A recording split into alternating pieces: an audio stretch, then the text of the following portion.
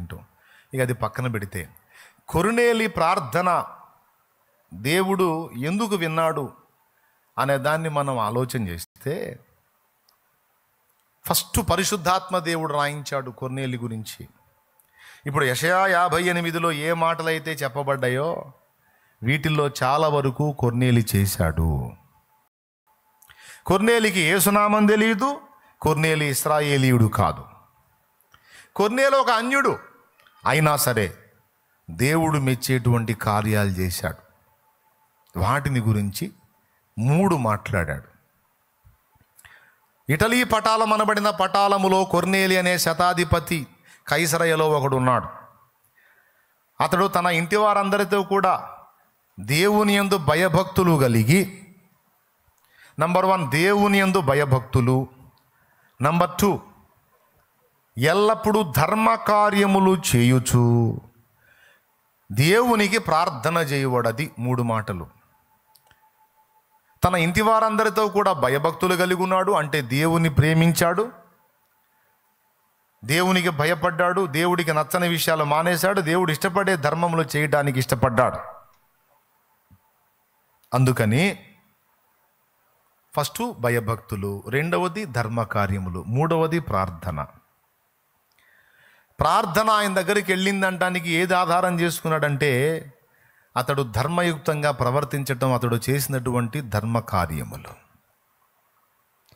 ఇతరుల ఎడల అతడు చేసిన సహాయం, దీనులకు అతడు చేయి చాపటం, దిక్కులేని వారిని ఆదరించటం, అభాగ్యులకు తను చేయదగ్గ సాయం చేయటం, ప్రజలకెల్లప్పుడూ బహుధర్మము చేయువాడు.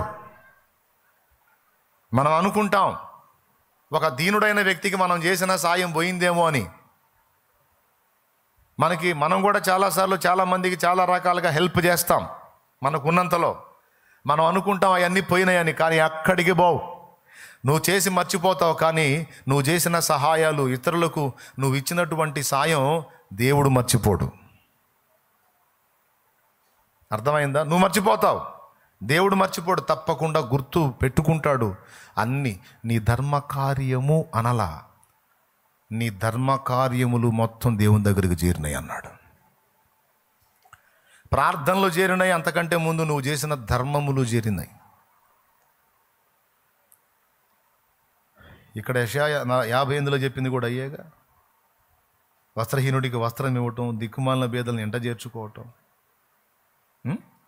బంధింపబడిన వారిని విడిపించటం, బీదలకు సువార్త ప్రకటించటం, సాతాను కాడి కింద నుంచి ప్రజల్ని బయటికి తేవటం, ఇదంతా ధర్మకార్యాల్లో భాగమే.